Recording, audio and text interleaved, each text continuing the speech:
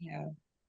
National Geographic has a new five-part docuseries called Hurricane Katrina: Race Against Time. Today, I have nominated director Tracy A. Curry. We're to talk about the landmark National Geographic five-part docuseries. Good morning, Tracy. How are you? Good morning, James. I'm good. Thank you so much for having me. Thank you guys for joining us. And no one else could have told the story like you did. You really got in there. You did a good job. So, Tracy, what you did to me watching this docuseries, I hope the audience watches and feels the same way I do. So let's talk a little bit about Hurricane Katrina: Race Against Time. Let's talk about the docuseries. Yeah. It is certainly a very difficult watch. I will say that. One of the things that we really set out to do, because I think there's a way that we, and that is to say, those of us who experience Katrina as spectators through the television, we remember it as this thing that happened to America. And it wasn't. It was something very, very specifically that happened to the people of New Orleans and the city of New Orleans. And so what we set out to do is really restore the narrative of what Katrina was and what it meant to the people, and centering their experience in the story. And there's a way that the story on how people in New Orleans handled themselves during Katrina really was a bit of misinformation, a lot of misinformation. And so we really sought out to kind of correct some of those narratives about that as well. Are you from New Orleans? I'm not, but I've been there enough times now that I feel like that's my family. Like I feel like that's I'm a New Orleans cousin now. I It's hard to spend even a little bit of time in that place and with the people of the city and not feel like family. So I like to think that like they've adopted me a little bit.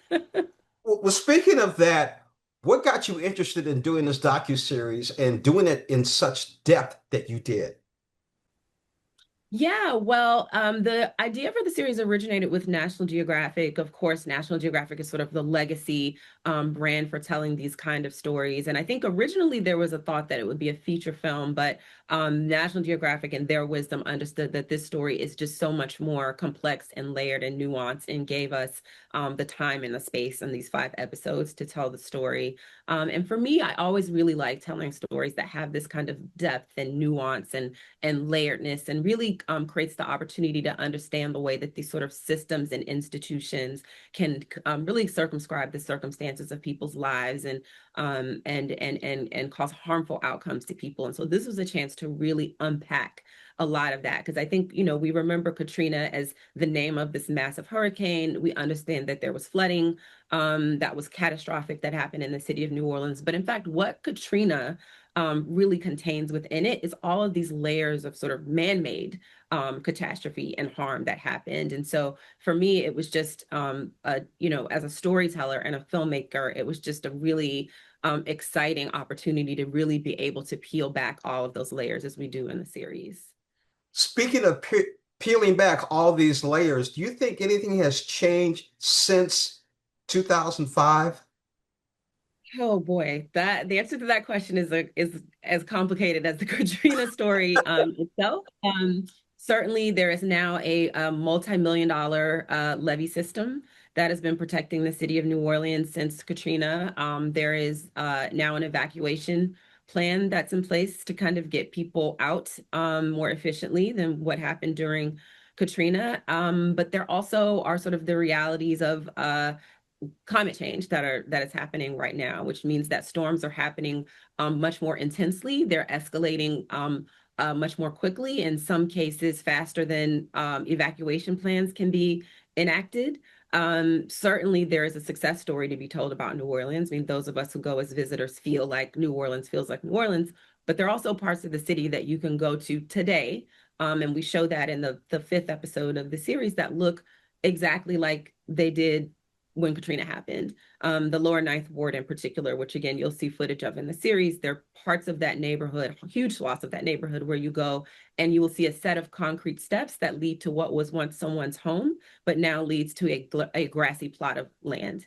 And for every one of those grassy plots of land, that is a family, that's a legacy, that's a life, that's a story, that is generations of wealth that were completely wiped out and never restored. So I'll say it's very much sort of a mixed bag when it comes to today and what we've learned today.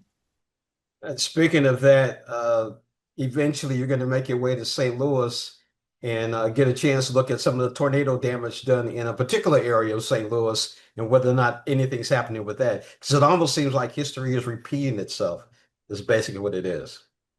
Oh my gosh. Yeah, I think one of the things that's really unfortunate is that 20 years later, while Katrina was a very singular and extraordinary event in a lot of ways, the contours of the way that it played out, we've seen it again and again and again in many, many stories, which is to say you have this extreme weather event that is exacerbated by sort of human interventions in the environment. And we kind of tell that story in the episode in episode one.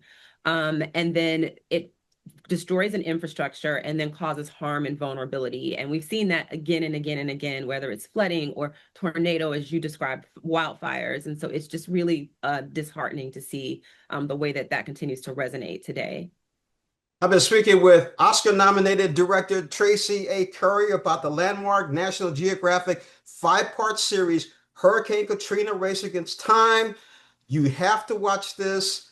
I'm going to watch it again, and I'm sure you're going to feel the way I did. Tracy, all I got to say to you is, go, girl. So much. Thank you. Thanks, James. Have a great